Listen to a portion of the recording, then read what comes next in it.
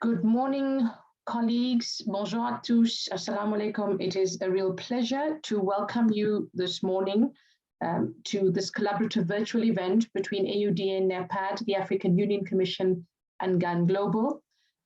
Our event this morning is intended to spotlight the importance of work-based learning and vocational education and training to increase the participation of women and girls in occupations where they are currently underrepresented, as well as to foster entrepreneurial skills. It is planned that our event coincides with Pan-African Women's Day, which takes place on Sunday, 31 July. And we are very pleased that you are able to join us from across the continent and across the world. I know from some of the names on the call that we are joined from colleagues in Asia, in Europe, and across the continent. Our conversation this morning is intended to raise awareness on the workplace learning and TVET opportunities to empower girls and women. We want to highlight work-based learning solutions offered by the private sector that can encourage increased gender representation and offer opportunities for women to take up careers in new and emerging occupations. We also are bringing in partners to review the specific policy landscapes in place to discuss how we address the barriers, how to lower these barriers, and how to create effective partnerships to enable strengthening of work-based learning, vocational education, and gender-transformative entrepreneurship strategies. We will also be showcasing the Gender Makes Business Sense approach and additional products and good practices of Aspire, the knowledge platform of the Skills Initiative for Africa project. My name is Nazreen Mani. May I ask participants to please mute yourself? Apologies. My name is Nazreen Mani. I am the Executive Director of the Global Apprenticeship Network, and we work very closely with colleagues across the African Union Commission, AUDA-NEPAD, partners in GIZ, and other initiatives that are rolling out on the continent. And today I am very pleased to welcome our many partners who will be sharing the work being done within AU member states, what GAN members and partners are offering, how to address STEM, which is the fastest growing sector.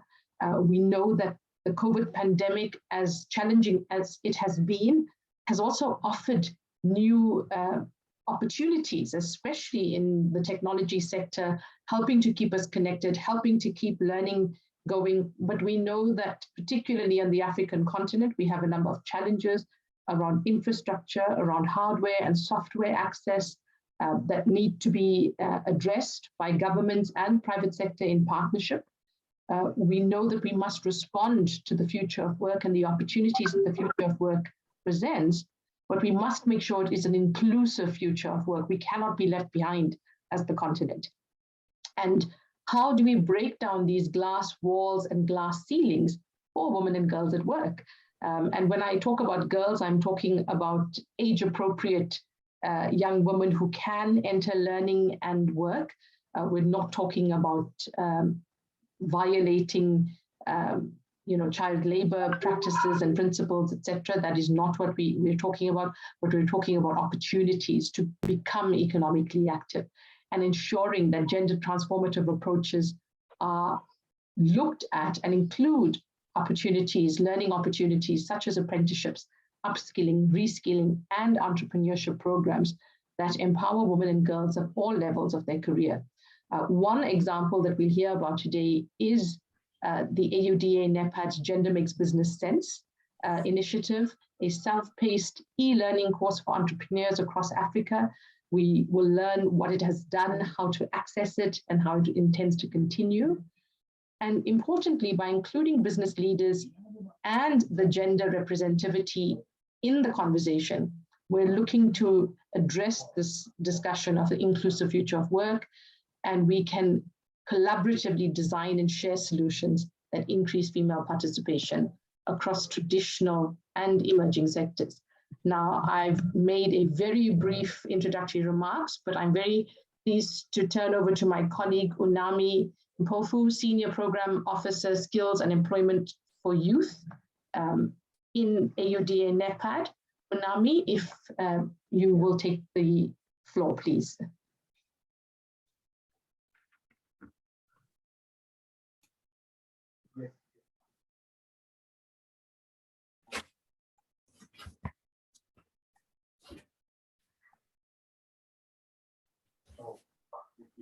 Unami?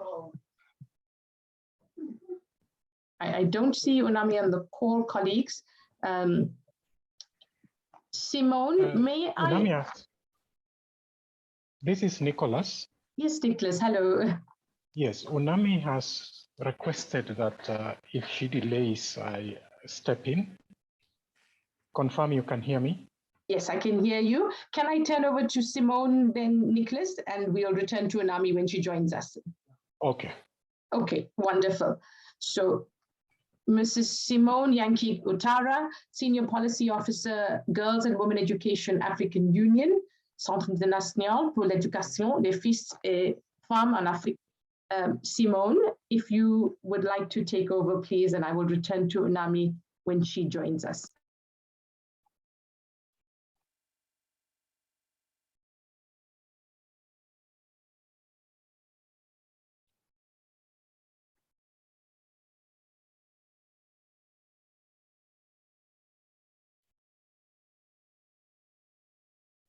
Right, I think we have a delay from Simone's side as well. So what I'm going to suggest is that we start our presentation from Sarah Jabril, who will share the presentation on the AUDA-NEPAD gender transformative programs. Sarah will share lessons from the Agricultural, Technical, Vocational Education and Training for Women program. Sarah, over to you. Thank you so much, Nazreen. Let's hope that I won't have any technical hiccups, as is often the case with webinars, but I'm just going to share my screen so you can see my presentation. Nazreen, you can just give me a heads up. I'm going into full screen mode now. I hope you can see. I see your thumbs up. Perfect. Thank you so much. As Nazreen said, my name is Sarah Jabril. I'm a technical advisor with GIZ, and I'm here to talk to you today about gender transformative approaches in agricultural skills development, and specifically some lessons and experiences from a wonderful project, which is called the Agricultural TVET for Women project by the African Union Development Agency, which has been implemented since 2017 with support from GIZ in 6 African Union member states, namely Benin, Burkina Faso, Ghana, Togo, Kenya, and Malawi. Allow me to start, or I'll give you a little bit of a basis with some theory, just because I would like to make the link between gender transformative approaches and women's empowerment, because ultimately through gender transformative activities and projects, we really aim for women's and girls' empowerment.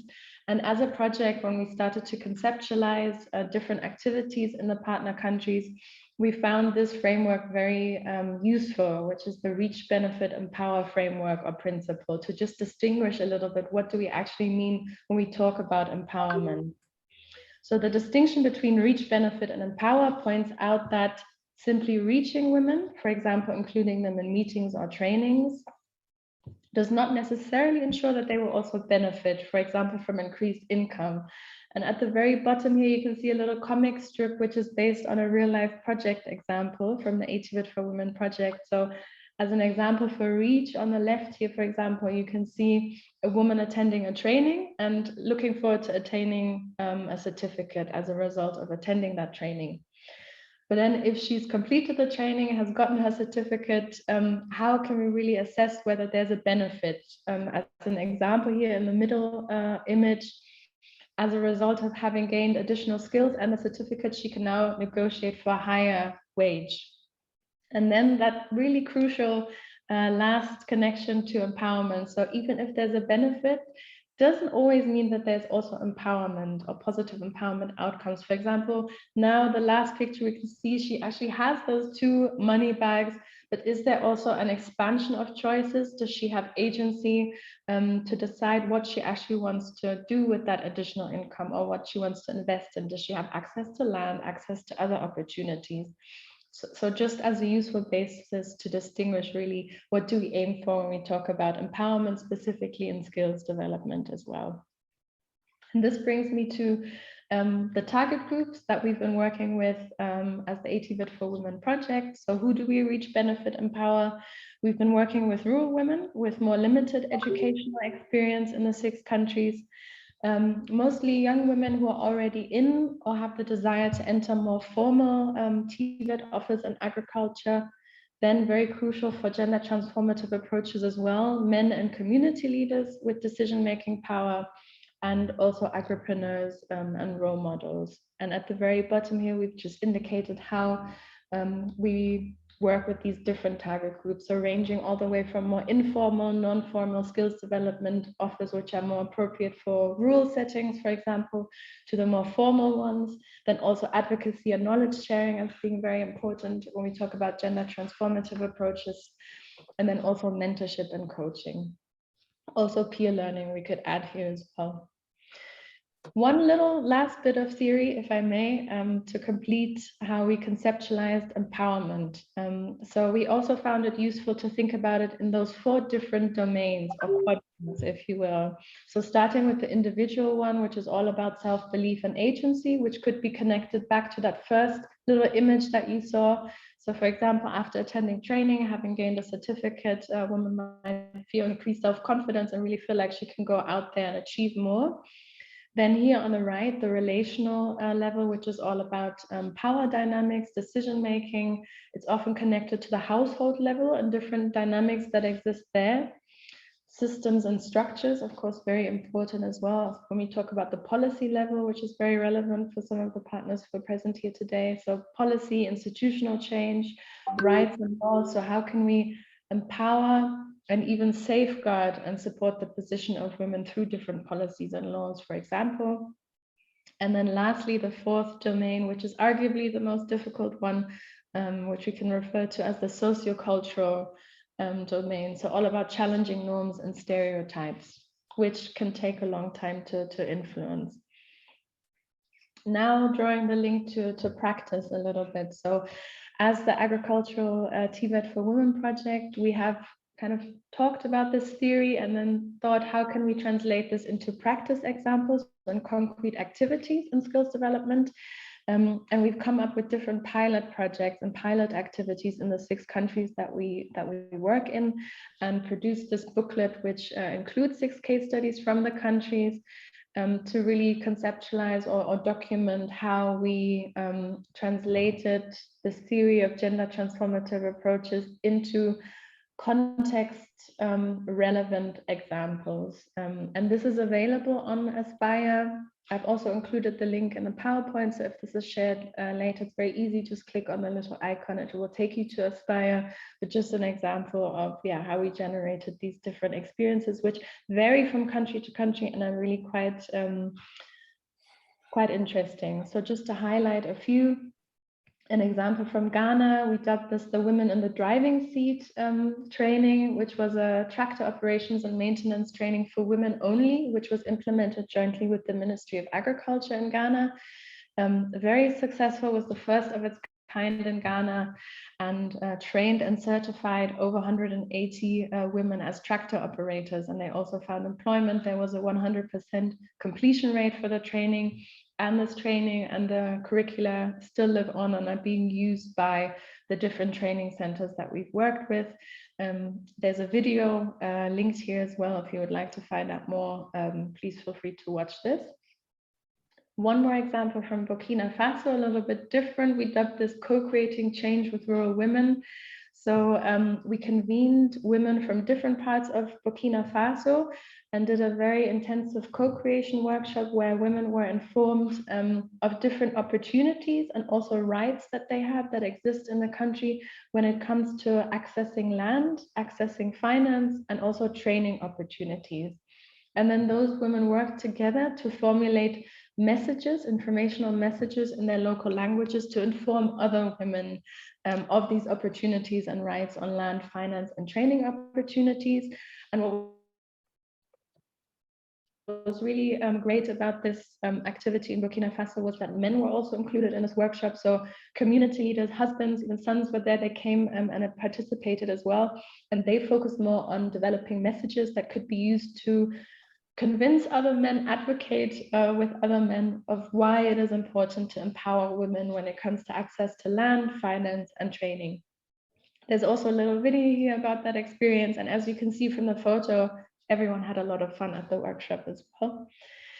And now really the main thing we wanted to highlight together with AUDA-NEPAD and GIZ, the Gender Makes Business Sense entrepreneurship training, which has an added gender lens. And this really comprises most of the experiences that we've generated in the 6 partner countries that we've worked in since 2017, specifically on women's empowerment. So we're very proud of this tool.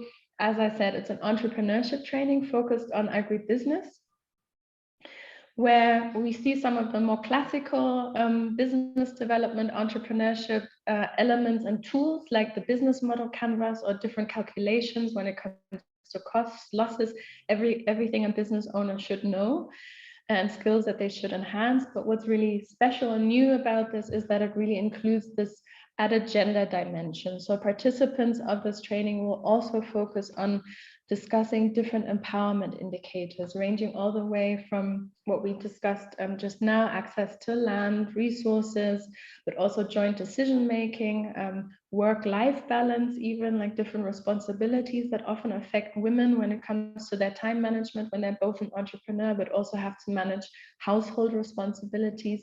So the idea behind this was really to take the more classic entrepreneurship training, but really look at what are some gender-based constraints that specifically women entrepreneurs face. And we've been implementing this in the 6 countries and the 7th one, including South Africa, by partnering with another project. This year, over 5,000 people have been trained. And it really starts with working with different players in the countries, like training institution, ministries, then training facilitators and mentors, then going to the actual agripreneurship training about a week. And then there's also an aftercare element, which includes mentorship and coaching for the entrepreneurs. And on this slide here, you can see different materials that I use in this face-to-face training, like the business model canvas, but also little bits of money. So it's very interactive to really enhance those skills when it comes to financial management of a business, etc., business development and growth. But it's very small, I know, but at the very bottom on the left, you can also see a little puzzle piece. And this is actually the part of the learning material that includes each puzzle piece is a different empowerment indicator that is discussed by the participants. And what's really special, what we're really proud of, we've been working tirelessly together with AUDA-NEPAD and GFA Consulting to convert this face-to-face training into an e-learning offer. So this e-learning version of Gender Makes Business Sense is now available on the Atinki platform as part of AUDA-NEPAD's MSME Academy platform. And what's great is that we've widened the scope of it. So now it's not only a training targeted at agripreneurs, but entrepreneurs from all sectors. So we made it a little bit more general because, again, the basis is more or less the same for entrepreneurs managing a business, and also when it comes to gender-based constraints.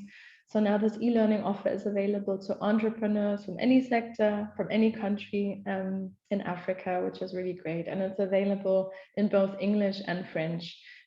We still try to make it very learner-friendly, so it includes different elements, quizzes, video testimonials from the face-to-face training to also hear from entrepreneurs that have already undergone this training. And there's also a dedicated website on Aspire about Gender Makes Business Sense, where you can find more information, and also the direct link to the e-learning course, both in English and French, where you can sign up. So feel free to have a look, see how we did it. And also if you know any target groups that might be interested in this, please feel free to share. Again, I've put a little link here when the PowerPoint is shared. You can find it very easily, but we're very proud of this tool. That kind of encapsulates different experiences that we've generated in real life settings in the 6 countries that we work in. So I'll leave it at that, and thank you very much for listening. Thank you. Back to you, Nazreen. Sarah, thank you so much for that. I think for me, the key messages are really that first slide that you spoke about, needing to reach, benefit, and empower, and speaking to the need for impact is key.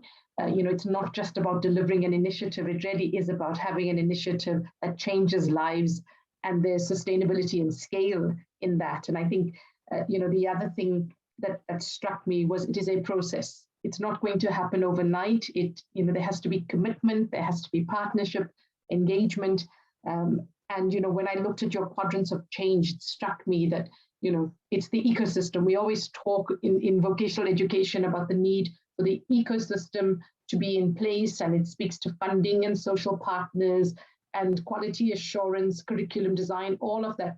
But it applies to any theory of change that we want to have be successful. And it really is about the individual, it's about the partnership approach, it's about that external policy environment. So thank you for that. I think also important was that solutions must be customized. It is not a one size fits all. It must take into account different country contexts, even local context within countries. And it is so important to have initiatives and efforts that understand who you're dealing with, the particular environment of the recipients of projects. So thank you for sharing, and we will include the presentation when we share the thought piece in a few weeks' time. Any last comments from you, Sarah, before you close? No, thank you for that great summary. And I would agree, definitely, especially when we talk about the AU system and so much diversity that we have on this beautiful continent. This is really, I really like that you picked up on that. Really, there's no one size fits all. We can talk about the theory, but we saw with those different examples that we highlighted in the booklet, each country team took that kind of theoretical framework and adapted it and made it relevant to their specific context, which is really great. And then people can learn from each other as well, which is a great opportunity. So thank you. Thank you so much, Sarah, for setting the scene for us.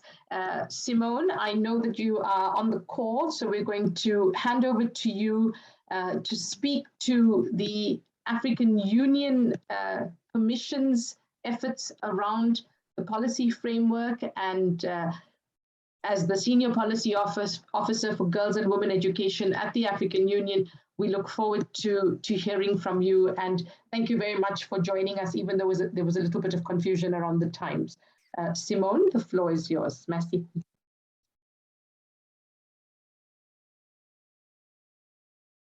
Bonjour tout le monde. Good morning, everyone. I'm very sorry to join this meeting very late. So my sincere apologize. We welcome you, Simone, and we look forward to your message. Thank you. Oui.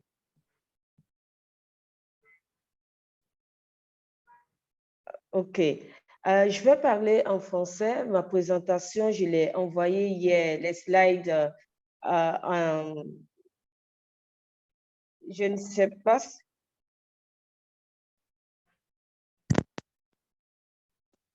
Alors, donc, j'ai envoyé la présentation. Je ne sais pas si elle va être projetée ou bien si c'est moi qui dois faire passer mes slides. Je ne sais pas comment ça va se passer.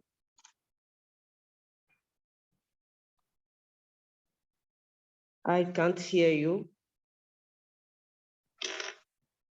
Simone,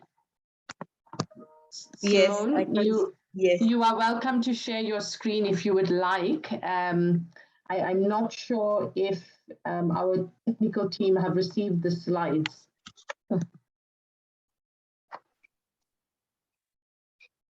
Ça risque alors de me prendre un peu de temps si je dois partager alors la présentation. Je pensais que ça allait se faire parce que je suis en train d'utiliser mon téléphone actuellement.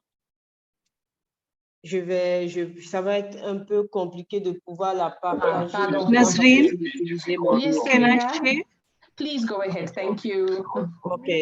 OK. Donc, merci beaucoup. Avant de commencer ma présentation, permettez-moi de vous présenter très brièvement le travail que l'Union africaine estime à faire et particulièrement ce que c'est que le centre. C'est vrai que nous sommes basés à Ouagadougou, au Burkina Faso, mais nous sommes une institution spécialisée à part entière de la Commission de l'Union africaine. Donc, nous travaillons sur le département de l'éducation, sciences, technologie et innovation. Donc, nous sommes sur le département qu'on appelle en anglais ESTI. Nous sommes devenus une institution spécialisée depuis 2004, bien sûr, suite à une décision politique des États membres de l'Union africaine. Et notre travail, bien sûr, consiste en la formulation et l'organisation de programmes qui font le plaidoyer en matière d'intégration de la dimension genre dans les politiques nationales éducatives des États membres de l'Union africaine. Et donc, ce qui fait que nous travaillons beaucoup, évidemment, sur la stratégie continentale de l'éducation de l'Afrique, c'est-à-dire la CESA, et nous travaillons également aussi sur la stratégie continentale pour l'enseignement et la formation technique et professionnelle. Donc, la stratégie de l'UA sur les TVET. Et bien sûr, nous travaillons aussi pour nous assurer que tous les différents instruments et les traités juridiques de l'Union africaine relatifs au genre prennent en compte la dimension de l'éducation des filles et des femmes dans les différentes politiques éducatives. En ce qui concerne ma présentation, je vais d'abord la formuler en 4 points. Le premier point va porter en fait sur les différentes réalités, et ce qui va nous donner un peu une petite idée de ce que c'est que voilà, la situation des femmes dans les TVET actuellement. Je n'ai pas malheureusement pas suivi les autres présentations, donc je ne sais pas si ça a été fait. Donc du coup, je vais en parler un tout petit peu. Ensuite, le deuxième point va porter d'accord, la présentation. Là, on peut peut-être passer au slide 2, please. Voilà, donc ça, vous voyez, c'est le plan de la présentation. Et le deuxième point de la présentation va porter sur les différentes politiques de l'UA, sur les TVET et le genre. Ensuite, ça sera les stratégies et les initiatives du CFA. Qu'est-ce que le CFA, l'Union africaine CFA, fait en matière de TVET, c'est gender-sensitive TVET, j'appellerai ça comme ça. Et puis, on fait les recommandations, quelques recommandations pour nous guider. Donc, next slide, please. OK. Donc, vous voyez avec moi qu'il y a plusieurs raisons qui peuvent expliquer le faible taux des femmes et des filles dans les TVET. Le premier point, c'est que les systèmes formels aujourd'hui des TVET ne sont pas vraiment alignés sur les besoins du marché. Généralement, les femmes et les filles, les jeunes filles sont formées dans des métiers comme on dit, habituel, usage, métier traditionnellement dédié aux femmes. Et ce sont des petits métiers qu'elles apprennent comme ça sur le tas. Ce n'est pas vraiment une formation en tant que telle qu'elles reçoivent dans des institutions bien spécialisées. Et du coup, quand elles sortent de cette formation, je dirais informelle, elles ne sont pas toujours aptes à pouvoir travailler dans le monde du marché relié à leur travail. La deuxième raison, c'est l'absence de financement et les possibilités d'apprentissage. Absence de financement parce que vous savez très bien que généralement, quand des filles sont formées dans des métiers généralement soit à prédominance féminine ou à prédominance masculine, quand elles sortent du marché, elles n'ont pas la même chance d'acquérir un fonds d'appui pour pouvoir ouvrir peut-être un marché, une entreprise, une structure, comme ça sera le cas pour un homme ou un jeune homme qui sortira et qui aura fait la même formation. Chez les femmes, c'est un peu plus difficile. Et bien sûr, les possibilités d'apprentissage sont souvent maigres.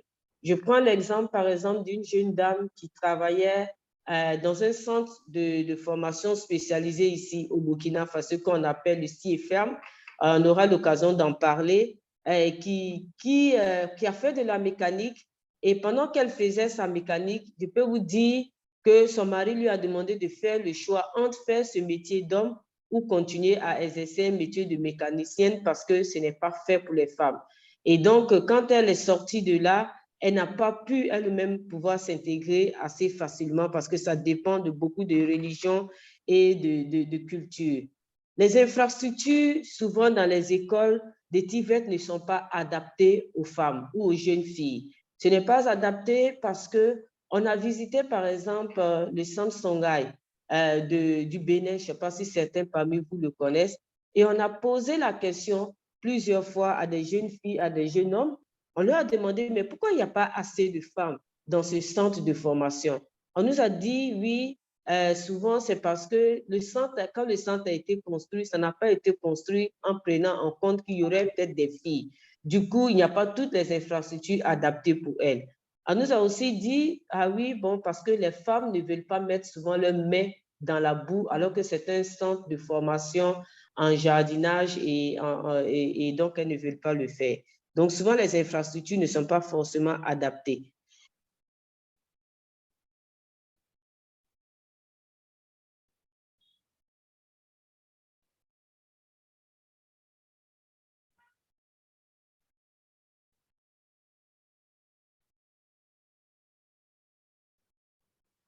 Ne sont pas tous bien vus dans notre société. Next slide, please. En ce qui concerne le travail que nous faisons au niveau, next slide, please. En ce qui concerne le travail que nous faisons au niveau de l'Union africaine, à travers, pour faire vraiment une sensibilisation au niveau des TVET, nous assurer que c'est pris la dimension genre intégrée. Bien sûr, en faisant ce travail-là, nous nous appuyons sur l'agenda 2063 de l'Union africaine. Et vous savez que l'agenda 2063 de l'Union africaine, dans son aspiration, une parle d'une Afrique prospère qui est fondée sur une croissance inclusive et un développement durable.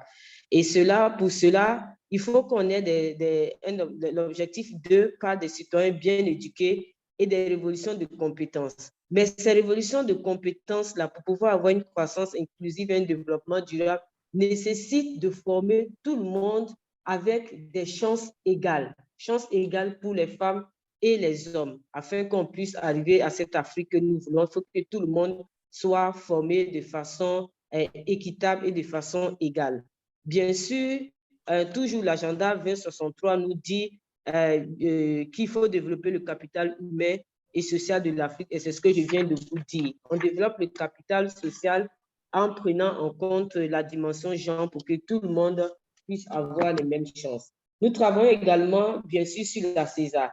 Bien sûr, la César, pour nous, est très important parce que nous avons, en plus de la César, qui est la stratégie continentale pour l'éducation en Afrique, nous avons développé la stratégie de l'égalité genre de la César. Et quand vous regardez la stratégie genre de la César, vous verrez que voudrait que la dimension genre soit intégrée dans tous les objectifs de la César afin que les femmes et les filles puissent profiter également de cette stratégie-là.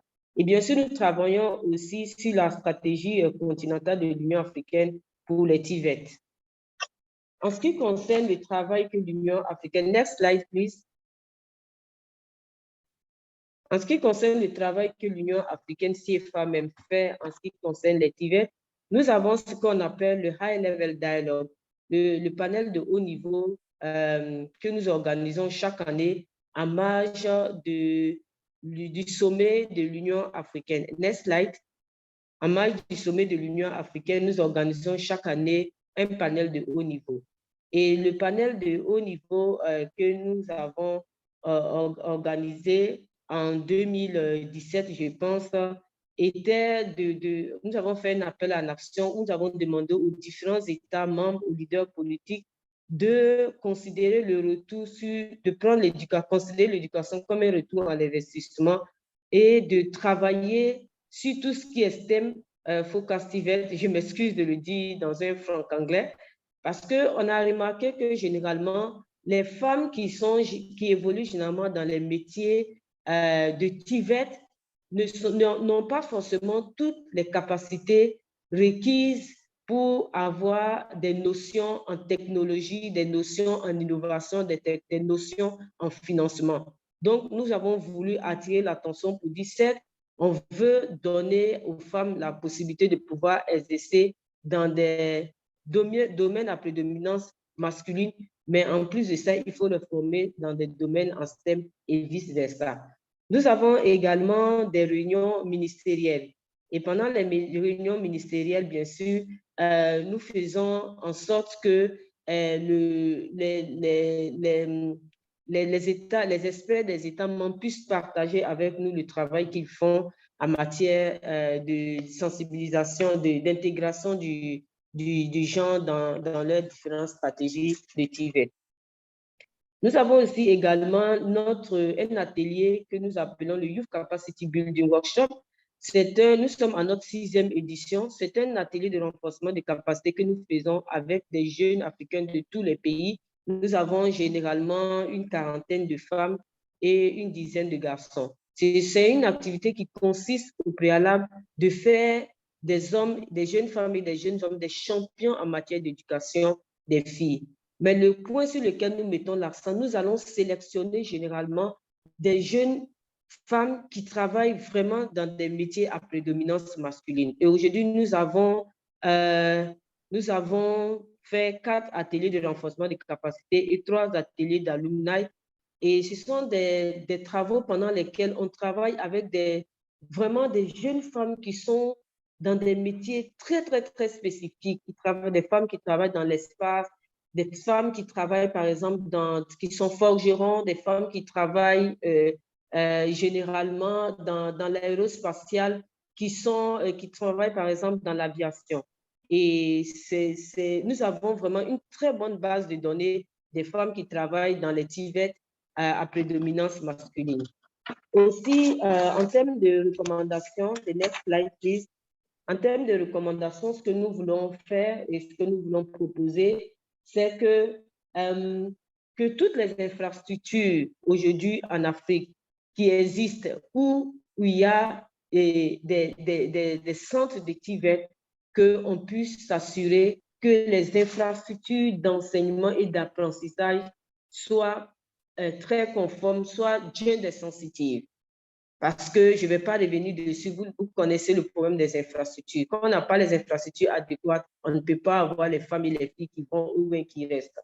Aussi, la deuxième recommandation, c'est de formuler et bien sûr de mettre en œuvre des actions affirmatives pour que les femmes puissent vraiment exercer dans des métiers à prédominance masculine. On en parle tous, mais quelles sont les actions qu'on met en œuvre pour les encourager à y aller, pour les encourager à rester et pour les encourager à pouvoir les soutenir, à pouvoir continuer dans ce domaine-là plus tard. Et bien sûr, comme je le disais tout à l'heure, pour cela, il faut bien sûr que des budgets sensibles aux gens soient alloués. Et bien sûr, il y a aussi la recherche. J'espère qu'au cours de cette réunion, on aura la possibilité de voir quelles sont les recherches qui sont faites effectivement pour faciliter l'intégration des femmes et des filles dans les domaines des TVET, particulièrement à prédominance masculine. Et puis, bien sûr, comment est-ce qu'on supporte les femmes qui enseignent dans les métiers à prédominance masculine? Comment est-ce qu'on travaille avec elles? Comment on arrive à les utiliser comme rôle modèle? Je ne sais pas si vous avez entendu parler, par exemple, de Constance Swaneker, qui est au Ghana, qui est une de nos rôles modèles, qui travaille vraiment dans le fer, dans la transformation du fer, et qui est pour nous un rôle modèle avec qui on travaille. Et bien sûr, dans les curricula, bien sûr, il ne faut pas attendre que c'est parce que les filles sortent de l'école ou bien deviennent out of school girls qu'il faut aller les mettre dans un métier juste voilà, pour les former. Il faut que ce désir-là de former dans un métier à prédominance masculine commence dès le plus jeune âge et que ce soit reconnu et que ce soit intégré dans nos différents curricula. Sur ce, je voudrais vous dire merci.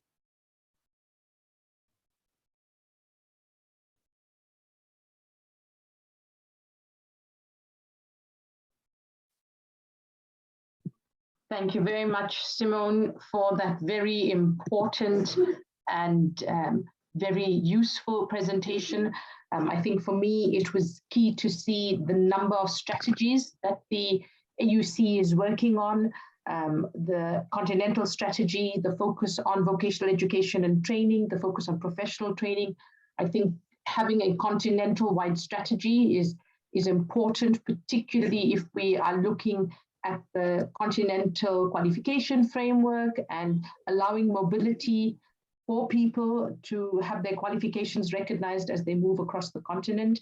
I think what is also important is the recognition that a prosperous Africa requires inclusion, including gender inclusion. And I think, you know, for me, those were some of the key messages. The examples that you provided were very important. And I'm going to request that we will be able to share your presentation with our colleagues who have participated in the event, because it's important, I think, to see both the very important policy approach on one hand, but also the practical delivery of initiatives to give effect to the policy. So thank you very much for that, Simone. Simone, any last messages that you would like to share with the audience before we move to our panel discussion?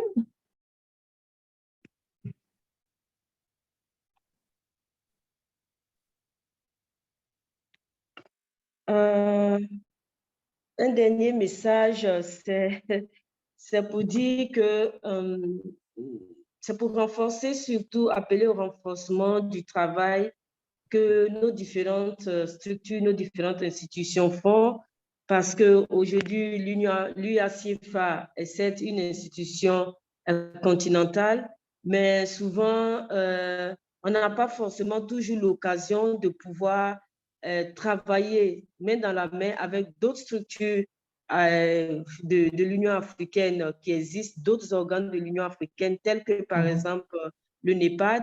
J'espère que ça sera un très bon début de collaboration. C'est vrai qu'il y a déjà une très bonne collaboration du NEPAD avec notre organisation, notre département mère ISTI, mais nous appelons vraiment à un travail d'ensemble avec, bien sûr, le NEPAD et bien sûr d'autres structures qui sont en train de prendre part à cette réunion. Merci. Merci. Merci, Simone. Absolutely, collaboration is key, and I think what is important also is to see that these partnerships are successful and the collaborations are having the impact that we are looking for and that our partners are looking for. So thank you very much, Simone. I am now going to turn over to our panel, and I want to welcome the panelists from the ILO, Laura Schmidt, who is a specialist skills and employability at the ILO, Winnie Karanu, who is the philanthropy lead for Sub-Saharan Africa from Microsoft Philanthropies, Mamela Selamamela, apologies Mamela, Managing Executive for Group Strategy and Innovation at Vodacom, and Jessica Noor, Head of the Gender Unit at the African Union Development Agency, AUDA-NEPAD. It is my pleasure to have you all participate in this panel discussion today. And I think importantly, it is, I think, significant that we have a panel of women who are going to share the policy and practice in place at the moment. And Laura, I'm going to start with you. If you please introduce yourself, and then perhaps you will give us some background to the work being done by the ILO. I'm aware that there's a lot of research and analysis being undertaken. And based on that research and analysis, what are the solutions being proposed for women and girls, particularly those in Africa, to enable them to access VET and economic opportunities? And perhaps you could also share some of the global trends that are happening in this regard. Laura, over to you. Okay. First of all, pleasure having me. I'm Laura Schmidt. I'm German. I'm the skills specialist of the ILO. I'm based in Cairo. I cover North Africa, from Mauritania to Egypt, basically the whole Maghreb, but also Sudan, Somalia, Djibouti, and Ethiopia. In terms of the work we've been doing, obviously the ILO has technical and vocational education, but also on higher education. Technical vocational education and training is sometimes a bit the stepchild in the education system, I would say, because higher education and primary education does get a lot of the focus and also the resources for also very good reasons. However, coming from the more, being German and having seen how a technical education and training system, if it's well done, can produce young people with excellent chances to enter the labor market, it makes obviously sense to really look into and invest into technical vocational education and training in Africa. The ILO, together with the AU, has not yet published, is in the final stages of an African-wide review of technical vocational education and training. It's a policy, on the one hand, a policy analysis of different policies, but also a collection of best practice examples, how countries have managed to reform and restructure their TVET system. And let me say one more point towards that before looking at your second part of the question, which is more geared towards inclusion of girls and women into the TVET system. The ILO is at the process at the moment of a standard setting, which means for the entire ILO, not only for the skills branch, the focus is this biennium on quality apprenticeship, meaning a lot of tools have also been produced on measuring quality apprenticeship. There is a volume and a guide for practitioners. There is also some practical menus how to increase quality or inclusion of apprenticeship. Very often there is a divide between what the labor market needs and what the technical and vocational training providers offer. And that ranges from curricula to machinery to training advisors who are not up to date to the latest needs of the industry and cannot train the youth according to what the industry needs. There's a growing policy or like approach to various channels to bring the industry, the private and the TVET providers closer together.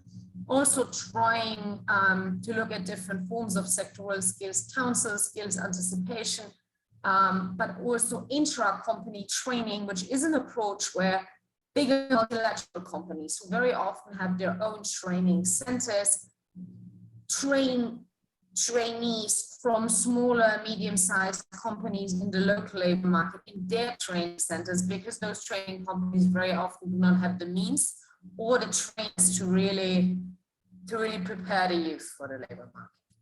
So having said all of that, the question of inclusion of women in TVET, I don't think I'm surprising anybody if I'm saying that TVET is still very not very gender equal. That has multiple reasons, that has some social reasons, that has also some stereotype reasons, that it's blue collar labor, it's not suitable for women. This is not an appropriate, being a plumber, electrician, a technician, manual labor, this is not appropriate for females. Hence, if females join the TVET system or TVET education system, you'll very often find them either in the caretaking professions, the beauty hairdressing professions, or very classic in the RMG, like ready-made garment, textiles, sewing machine operating. So obviously, in our time, it makes sense to think about how we can push this a bit forward. What can you do as a development partner, and what can you do as also governments to support young girls and women to also enter different fields with maybe better prospects for the labor market. So we've done different things. On the one hand, we've worked obviously with the awareness raising campaigns, targeting parents, showing role models, having open days, like open days at TVET centers, where we would invite girls and their parents. We've just done a solar and photovoltaic electrician training program in Somalia in different regions, which is specifically focusing on women, where we also really looked at the constraints of women in terms of transportation, safe and secure transportation to the facilities, safe and secure transportation to the TVET centers, adequate changing rooms, adequate treatment, like all of these things. Another program, and that might be for some a bit like not entirely immediately clear, but we've worked a lot on supervisory skills training inside the factories and working with those so-called master trainers, or those people who basically do the technical part inside the factories. Because mostly those people are men, supervisory level in most of the big companies are still men. And then they are confronted with quite a lot of young female trainees.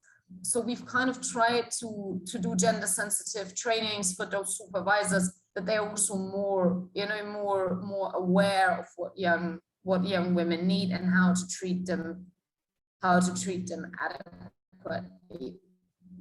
And then we've done also some classical programs in Egypt, for example, where we work with scholarships for rural females to access not only TVET, but then also for some girls to go to like technical universities to look into more STEM, like science and technology-based careers. And I think, yeah, this whole idea of scholarships and role models, and like also just like showing that women in these fields are successful. One last example, which is not from Africa, which is from Jordan, but I just would like to bring it up here, which I really love, is called the Water Wise Women. It's a very weird title for a project.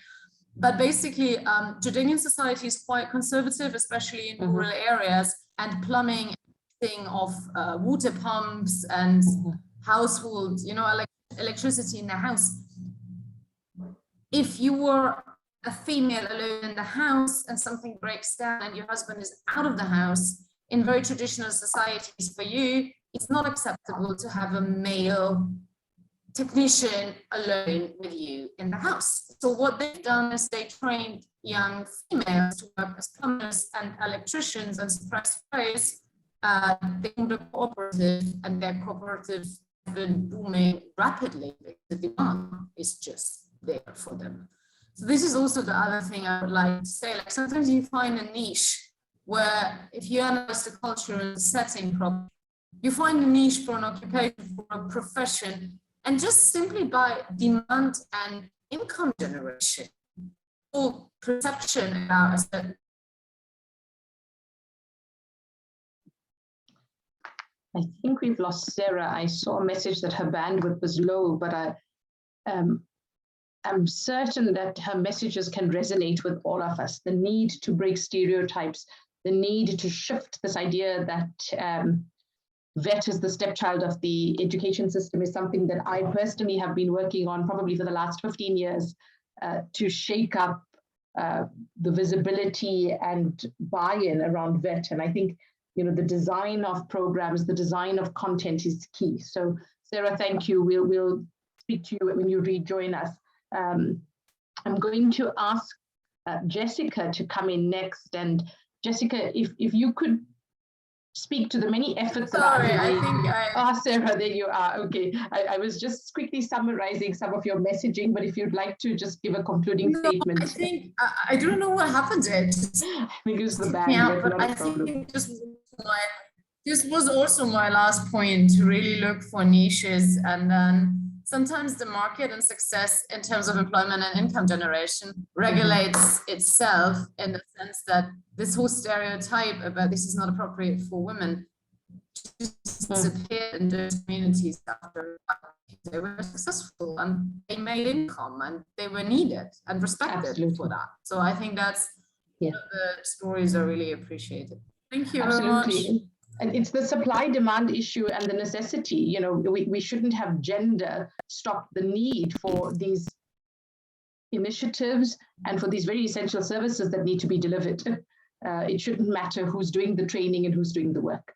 But thank you for that, Sarah. I'm going to get to Jessica now. And Jessica, we know that there are many efforts underway to develop a vocational education and skills strategy for Africa, and the CIFA team is one example of that. But perhaps you could quickly explain the focus of these approaches and the role that AUDA-NEPAD is playing to create skills for the future, because really in all of this, we want to be forward-looking. No, thank you. Thank you so much. Thank you so much, Nazreen, for giving me the floor this morning. So my name is Jessica Anor, and as you rightly said, I'm the head of the gender unit in AUDA-NEPAD. So when it comes to skills development, and we all know that TVET can be a vector, a tool to bridge the unemployment gap on the continent and to solve the unemployment crisis in Africa. So at the level of the African Union, as Mrs. Simon Yonki rightly said, there is already a continental TVET strategy, and it has a strong focus on youth employment. So it takes into account concrete recommendation to address policy issues, challenges, and gaps that constrains the implementation of initiative and programs for skills development on the continent.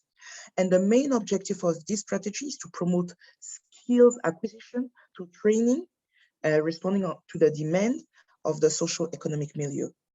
It places premium on fostering employability tests, sustainable livelihoods, and responsible citizenship. So it's way more than just giving skills. It's also making sure that the trainees have a say, have a place in society.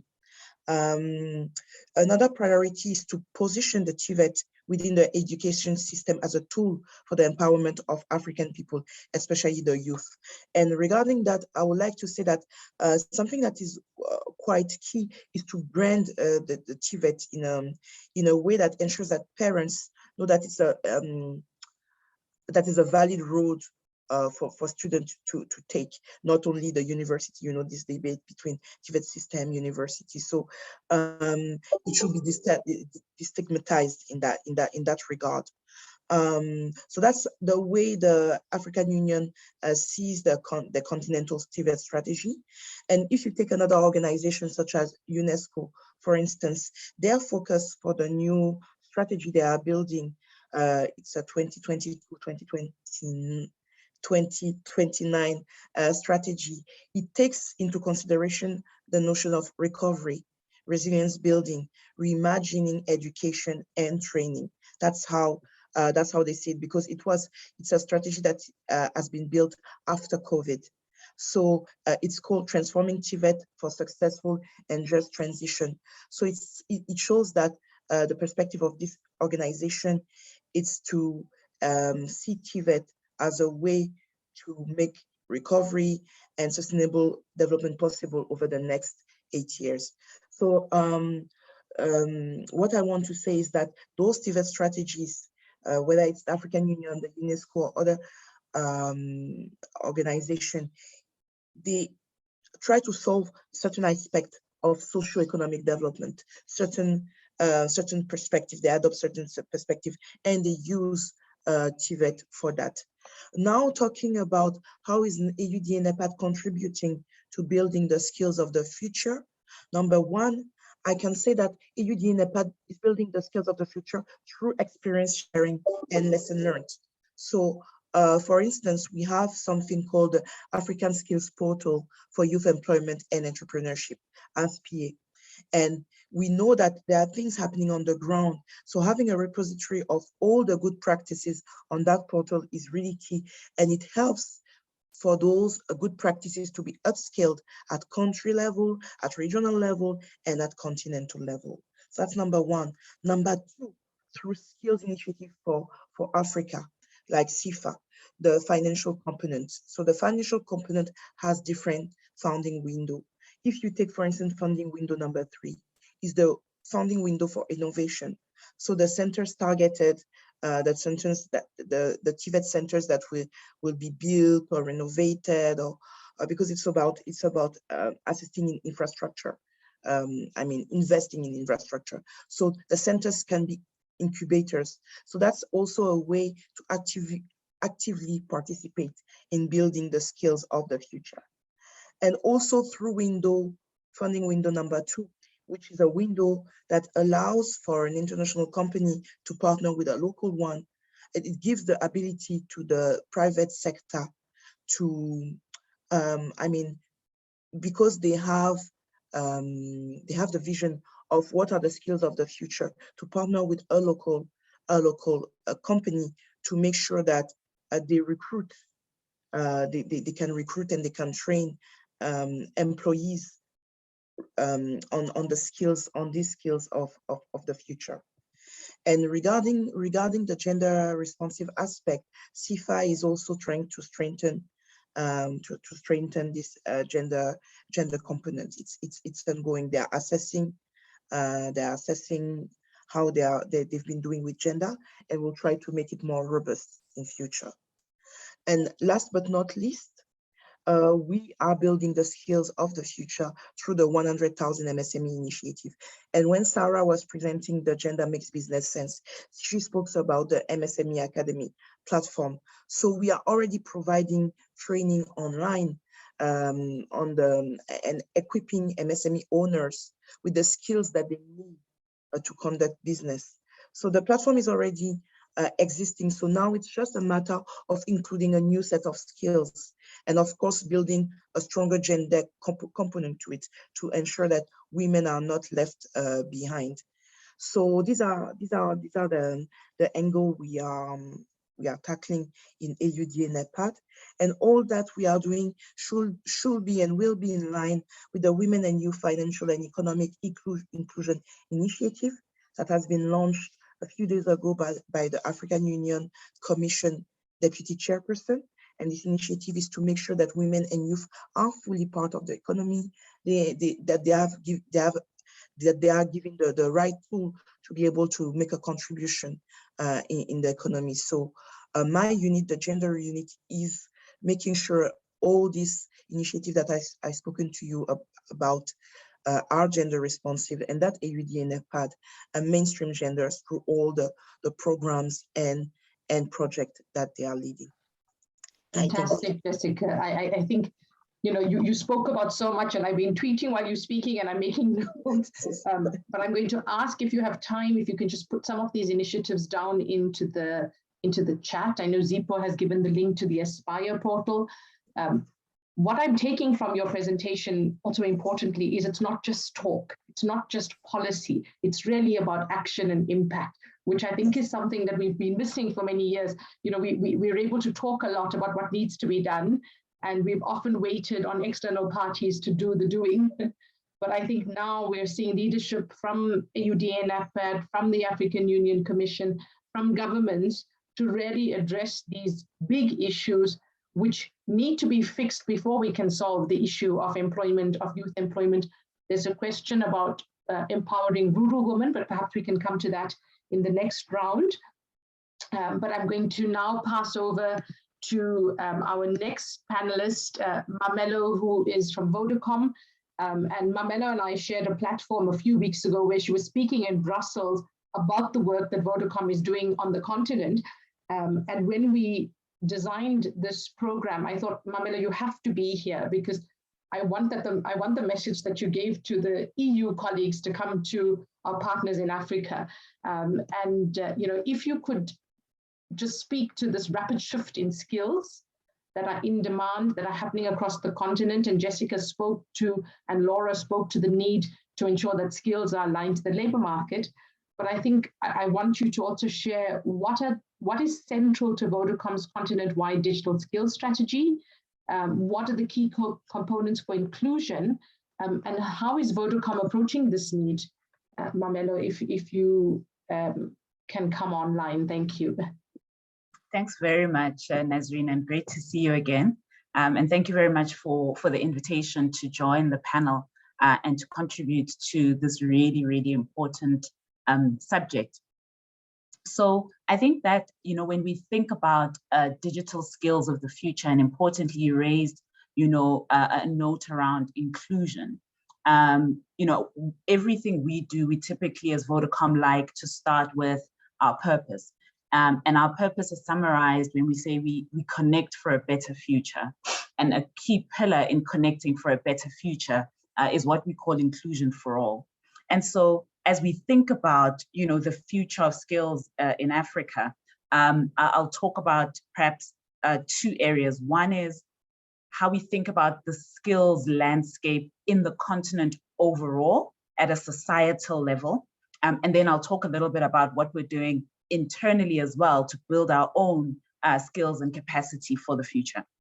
So if we start looking at the societal level, I think everybody will appreciate that when we say we connect for a better future, there are certain prerequisites that need to be in place in order for technology to create a better future for citizens on the continent, and women in particular.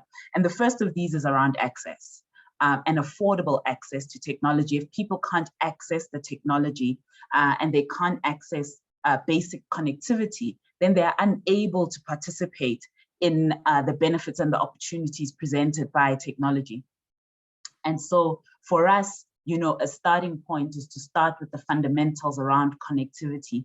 And we are working with partners across the continent in all of the markets where we operate to ensure, for example, that we are doubling down on investment in rural coverage. We know that women in particular in rural areas are really disadvantaged if they don't have or they don't enjoy the benefits that technology brings in terms of leveling playing fields. So we're investing with partners in rural coverage. We're investing again with partners in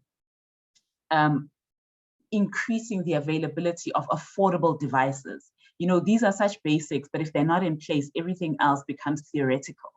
And also just making access to the internet more affordable. And so for us, that really creates the foundation from which then we can ensure that people across the continent, and women in particular, can access the benefits of technology. So our ambition, over the next 3 years is to connect 20 million more women across the continent and the Middle East to technology and to affordable technology. Because if we do that and we get that right, then all the other programs that we have actually find meaning and relevance to those people. So for example, people are then able to use our financial services solutions that are targeted particularly at micro, small and medium enterprises, where it actually levels the playing field for female entrepreneurs to be able to access opportunities, access digital financial solutions, access the types of education and awareness that helps them to improve in their businesses, grow employment, and grow wealth. Another example is our Female Farmers Program. I know our first speaker spoke at length about investing in female farmers. We know that agriculture employs up to 70% of populations in some African countries. And we know that subsistence farming is disproportionately an activity carried out by women. And so our investment in female farmers tends to then have an amplified impact in society. And when we go in and provide digital skills training to female farmers, helping them to be able to use the basics of technology, anything from word processing to financial skills, we're able then to take them from that basic level of awareness and training, plug them into our connected farmer platform that then gives them access to markets, gives them access to better priced inputs, gives them access to better priced outputs, so that they are able then to have more control over the commercial aspects of their business. And then, again, we've partnered with the education sector, so important, especially during COVID. And one of our initiatives was actually partnering with, in South Africa, with universities and TVET colleges to make education more accessible during lockdown. And that, of course, was quite dependent on technology. And what's interesting, what we found is with 63 universities and TVET institutions taking up these offers that we created around affordable, deeply discounted, affordable data bundles and packages for students, right, that allows them to connect to their educational content online. It was a COVID benefit and a COVID-based initiative, but what we're finding is an unexpected benefit is that female students are now more able to access content from the safety of their own homes, improving their educational outcomes without compromising on their physical safety, where previously they would have had to be on campus to access this content. They're now able to do that with more flexibility. So these are some of the things that have helped women more broadly in society. Now, the other part that I wanted to talk about is just what we're doing internally. We're a technology company, and we are very aware of the changing landscape in terms of the skills that we will need to continue to be successful in the future. And when we talk about, creating a better future, it's clear that for a lot of employees in technology, that's not necessarily obvious, because the future in technology can actually be terrifying if people are worried about their jobs, they're worried about the continued relevance of their skills, they're worried about the prospect of technology rendering them irrelevant. And so we've had to be very deliberate about, on one hand, making sure that we have the skills and capabilities that we need in future. And we're very clear on which those skills are. We call them our critical future-ready skills, but also making sure that our employees, our current employees, as well as our future employees, are able to develop into those skills and are able, therefore, to continue to be relevant, to continue to be able to make an impact in the organization. And so, as we think about, our current staff members, to give some examples, we have a program internally that we call #OneMoreSkill, which is around empowering our staff members and encouraging our staff members to really take opportunities to reskill themselves, to reinvent themselves.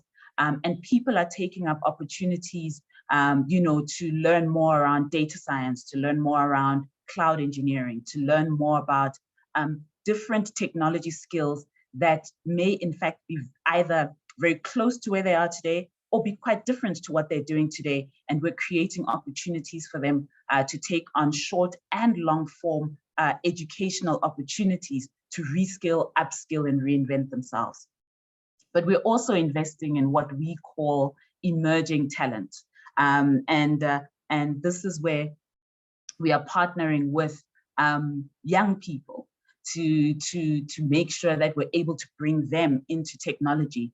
And there, when we talk about our bursary and scholarship programs, where we talk about our internship programs, a big focus of that is around inclusion. If I look at our bursary programs, for example, this is where we fully fund students' education, post-high school education, and then offer them employment within our organization thereafter. Close to 60% of those students are women. And that is deliberate because we do want to over-index on female talent so that we start to bring in more women and start to improve the gender balance within the organization. And if I look at our intern program, for example, we make sure that we disproportionately include women, but also disproportionately include people who are living with disabilities, so that again, we are changing the mix of the organization, starting right from the beginning and making sure that that filters into the rest of the organization. So Nazreen, I could talk about this for a long time, but just wanted Mamela, to paint a picture and some examples. Wonderful. I want to come back to that stat that you shared at the EU event in June about the uptake of learning opportunities in Africa, because I think it's going to surprise the audience. I don't know if you can remember the stat. I don't think I do. Remind me. Okay, I think it was where you spoke about that the uptake for learning, digital learning, is actually higher in Africa than anywhere else. Look, I think the reality is that in the African continent, our continent is younger demographically than most other continents. We have a very real challenge around unemployment in many areas. And so I think young people in Africa are alive to the challenges, but also alive to opportunities and very innovative around finding opportunities. And I think that, when we make opportunities available, young people tend to take these up, and young women tend to take these up disproportionately, which is very encouraging, I think, as we think about the future and think about how we can give young people on the continent a competitive advantage relative to their global competitors, because it is a globally competitive world, but also a world in which opportunities will continue to be global in nature, such that a young child sitting in Kinshasa or sitting in Mombasa is able to access both education and job opportunities globally, right? Enabled by technology. And we should be giving young people the opportunities to be able to do that. And when we provide those opportunities, they take them up. They absolutely take them up. Absolutely. Thank you so much, Mamelo. And I think, you know, I'm thinking about Jessica's phrases she used, this issue or the notion of recovery, resilience, and reimagining education and training. And I think it's almost innately happening across the continent. And as you say, young people are responding.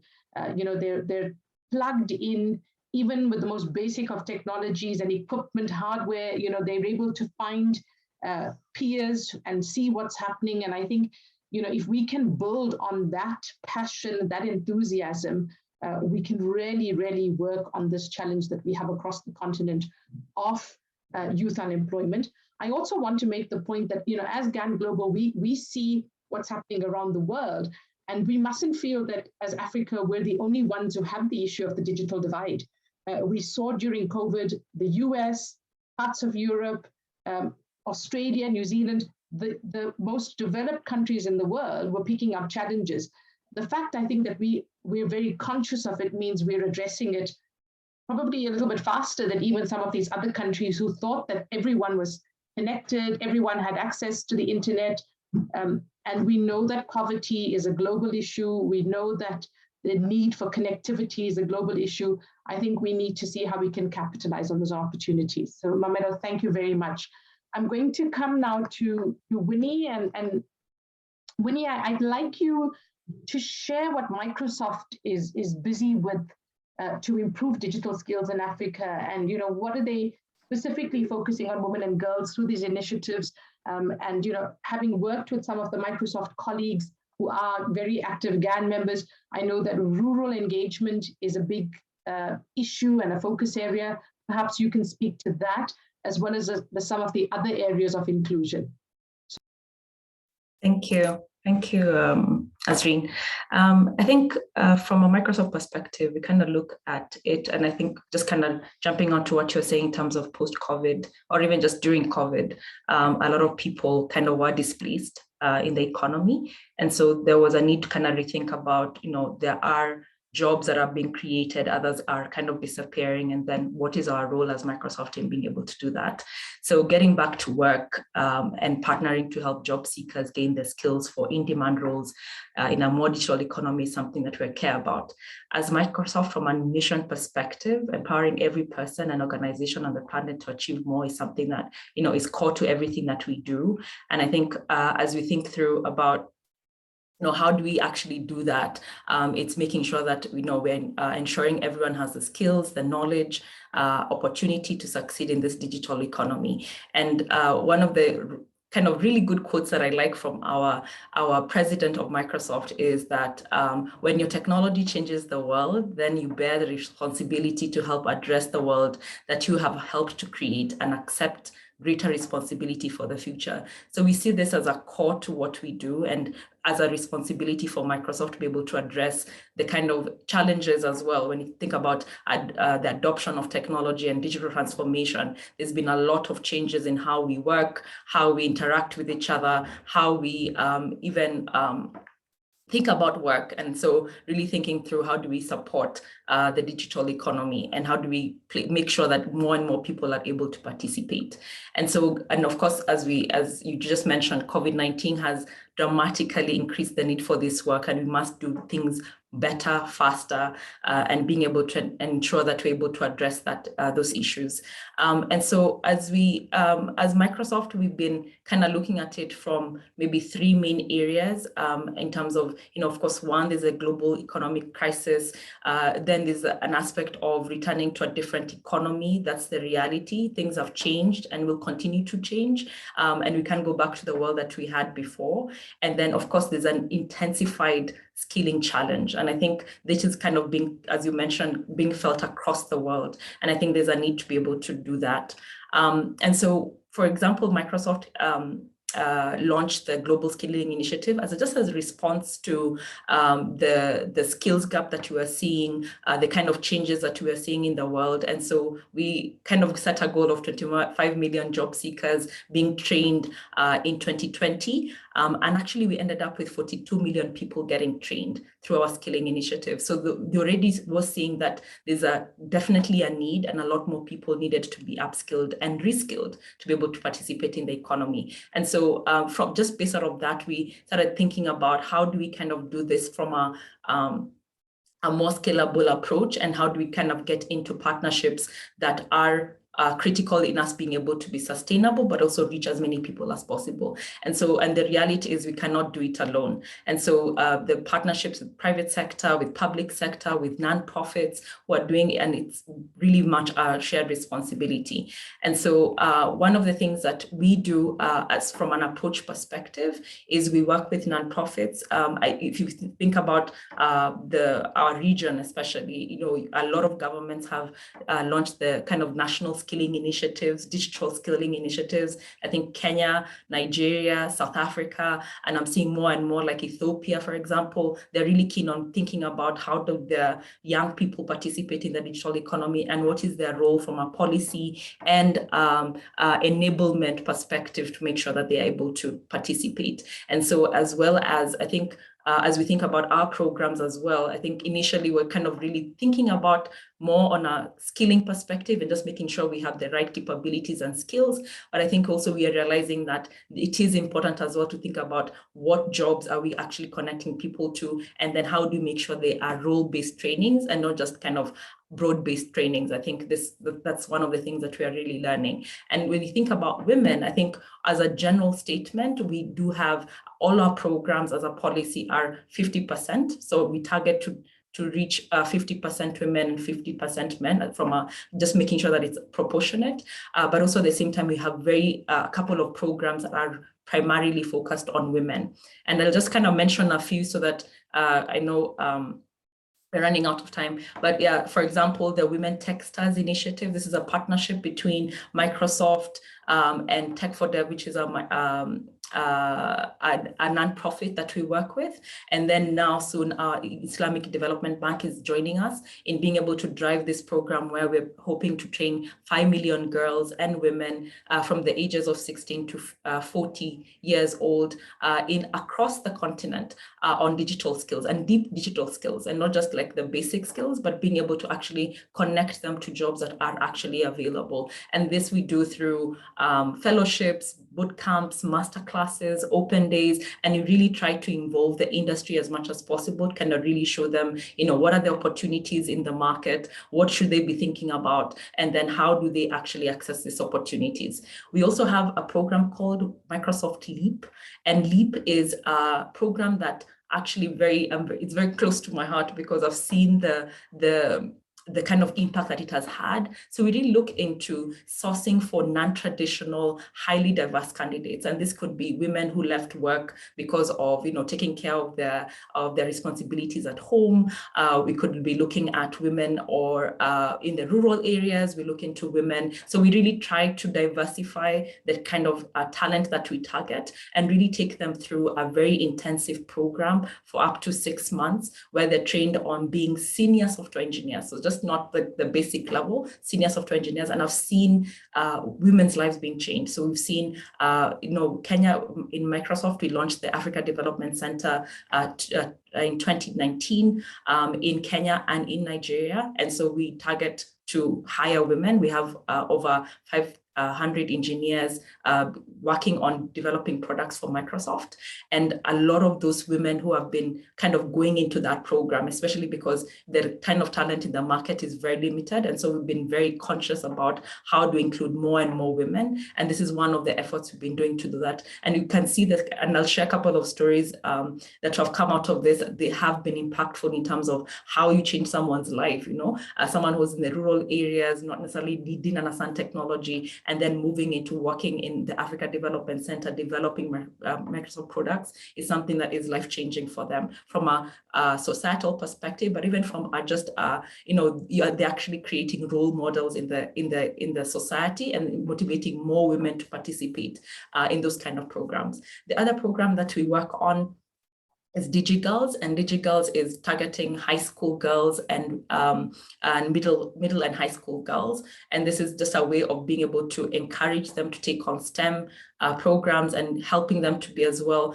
to have hands-on experience. And so they have mentors from Microsoft, and we work with them for up to a year where we mentor them, we train them, we connect them to opportunities, we train them on soft skills and making sure that they're able to be ready to be able to participate. So as they're going into universities, they actually understand the opportunity in technology, and they can choose that as an opportunity for them to be able to participate in the digital economy.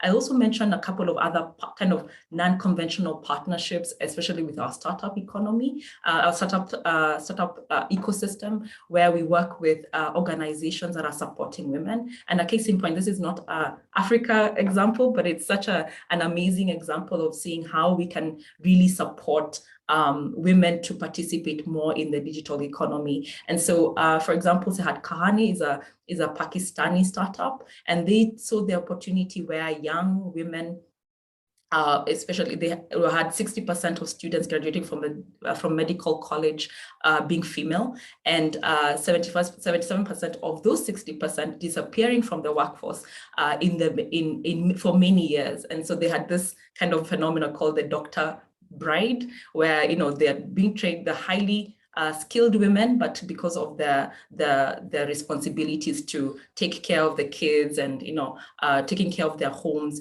they had to kind of forgo that opportunity to be a doctor. And so and yet there was such a high demand for medical skills within Pakistan. And so this startup kind of saw the opportunity to be able to use technology to be able to bridge that gap. And so they recruited all these women who were sitting at home, taking care of their kids, and then using that as a basis of, kind of what you're now seeing as a gig economy. So they're able to provide medical advice through technology. So as an e-clinic and health application where they're able to assess. So depending on the skill set that they had, they're able to assess the different medical records and able to give recommendations, have one-to-one consultations with the patients. And so that was kind of drastically changed the kind of the ecosystem in terms of the medical profession in Pakistan. And you can see that just the effect of technology can do in being able to bring women back into the digital economy and participating in that.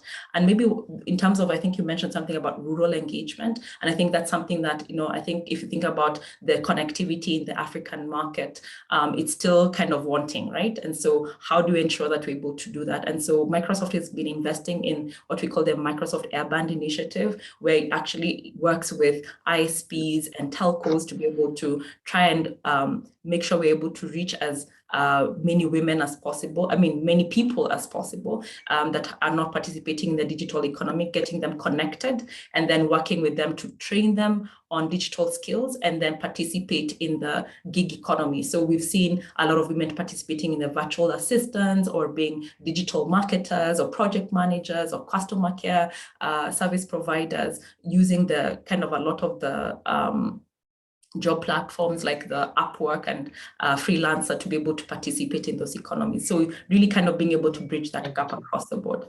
Fantastic, Winnie. You'll see I've been putting links in to some of the programs that I'm aware of, and the LEAP team I've worked with in the US, and one of the participants is a lead partner, so it was really good to see Gary's message. And Mamelo, thanks for your support. Fantastic effort, and it's good to see both you and Mamelo sharing business-led initiatives, private sector driving practical initiatives that are supporting communities at large. So thank you for that. I'm going to hand over to Sean, our illustrator now. We were going to do another round of questions, but we're completely out of time. I think we could spend the whole day on this topic, and you can see the passion that our panelists have for it. And I think it's just wonderful. And I hope you're all feeling so positive after this conversation, because it's exciting to know that there's so much happening. Sean, I'm going to hand over to you to quickly take us through the illustration that you've been working on. And then Nicholas, we're going to ask you to please do the closure. And you will also see a link to a video from Simone, which we didn't have time to play, but please have a look at it. It's very exciting. But Sean, over to you.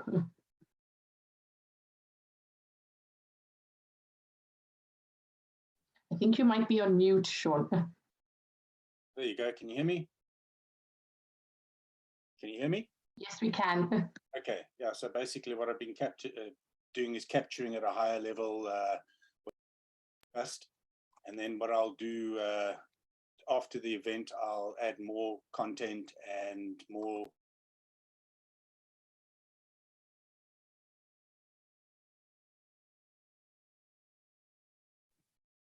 Sean, we've lost your sound. Are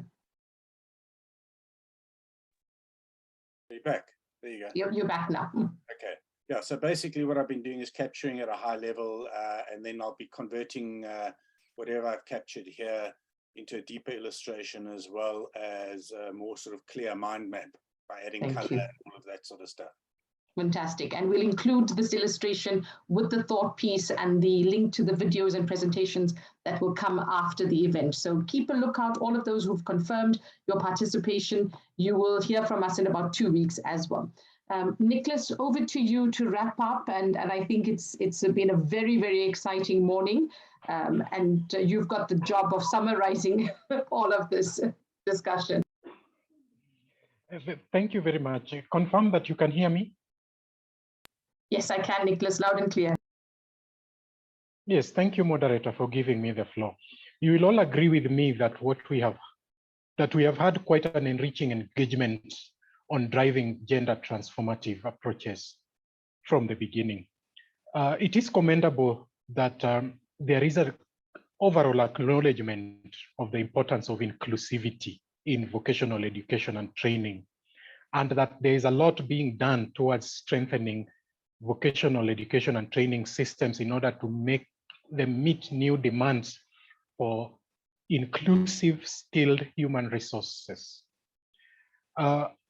Successful TVET system reforms need, as it has been very well enumerated during this webinar, to address current gender-based inequalities in the economy and to ensure that both men and women have equal access to the technologies, as we have just had, skills and opportunities that are also being introduced. And then this can be better achieved by putting the focus on training for employability and systematically including gender perspective. A careful gender analysis of the labor market is also very, very important to make TVET systems more efficient and relevant to the demands for flexibility in fast changing economies. The other issue I want to mention is that whereas most TVET policies are intended and are indeed gender responsive, there are gaps in the monitoring and reporting which affect capacity of the TVET systems to improve in terms of enrollment, retention, participation, graduation, and school to work transitions, particularly for women. So while TVET policy frameworks require data collection, this remains a bit weak with respect to introducing systemic process for collecting and analyzing sex and age disaggregated data at all levels. This also affects the capacities of policymakers to understand and address the barriers that women and girls experience when accessing TVET programs. Also, we do know that, and this also came out very, very clearly, that social and cultural norms continue to influence women and girls' participation in jobs that are often seen to be or are usually dominated by men. And by extension in these TVET courses, we had this clearly from the presentation, including of Simone earlier. So as we continuously engage on this subject, it's important that we reflect on strategies that will change social and cultural attitudes and awareness about women who are working in non-traditional sectors. The importance of having role models in these issue areas cannot be underestimated. Finally, gender sensitization training is also essential for all key stakeholders, TVET institutions, governments, private sectors, virtually all stakeholders, to improve the capacity for TVET programs to respond nimbly to the labor market demands, particularly recruitment of female and girls in high-skilled, productive sector. We have had quite an enriching engagement, and I do hope that this is only the beginning of our efforts towards ensuring and driving gender transformative approaches in TVET for the continent. Thank you. Back to you, Nazarene. Thank you, Nicholas, for that very comprehensive summary. I want to thank all of the participants, but I must tell you, I have never been on a webinar where, even though we've run out of time, there are still 100 people online. So it just shows the need for this conversation. And as Nicholas said, this is the start of a process. You will hear from us within the next 2 to 3 weeks with a thought piece summarizing the discussions, sharing links, as well as the illustration that Sean has very kindly done. And we look forward to the great efforts being continued. And I want to congratulate our speakers, the passion, the enthusiasm, and the work being done, the impact being created is so key to this important issue really being addressed meaningfully on the continent. And I want to thank our policy partners also for the efforts being made to promote this issue at the highest levels of government and the organizations on the continent. Take care, everyone, and be safe. We will see you all soon. Bye-bye.